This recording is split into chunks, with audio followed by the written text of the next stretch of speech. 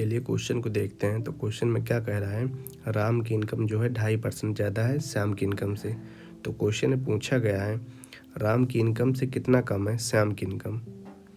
तो हमें 2.5% की वैल्यू पहले निकालेंगे। तो 2.5% इक्वल टू हो जाएगा 2.5/100, दशमलव हटाकर 0 बढ़ाएंगे तो 25 से डिवाइड करेंगे तो आ जाएगा 1/40।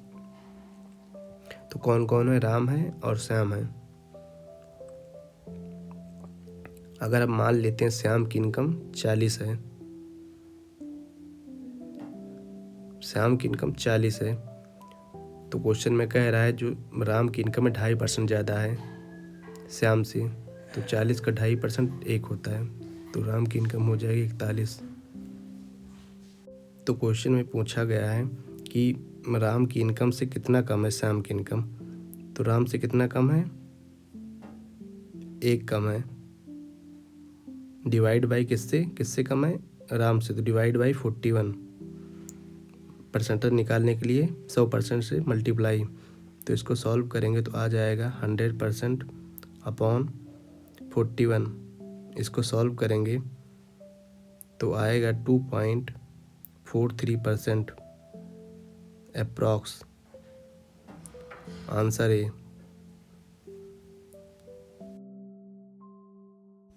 चलिए क्वेश्चन नंबर 2 को देखते हैं। तो क्वेश्चन में क्या कह रहा है, ए जो है 40% कम है बी से, सी जो है 40% है ए और बी के सम का।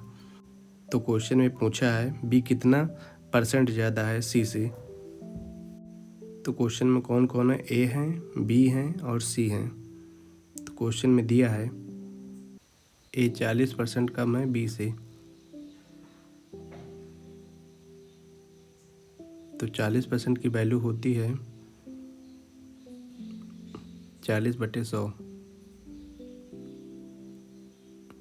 अगर मान लेते हैं बी जो है 100 है, तो 100 को 40% कम करेंगे तो कितना हो जाएगा, ए 60 हो जाएगा।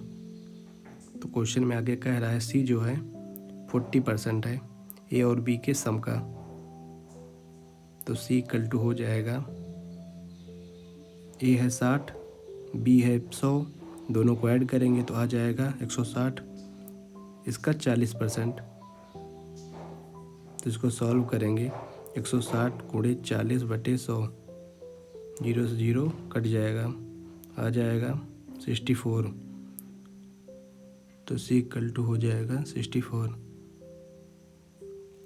तो क्वेश्चन में पूछा है बी कितना बड़ा है सी से, कितना ज़्यादा बड़ा है सी से, 36 ज़्यादा है।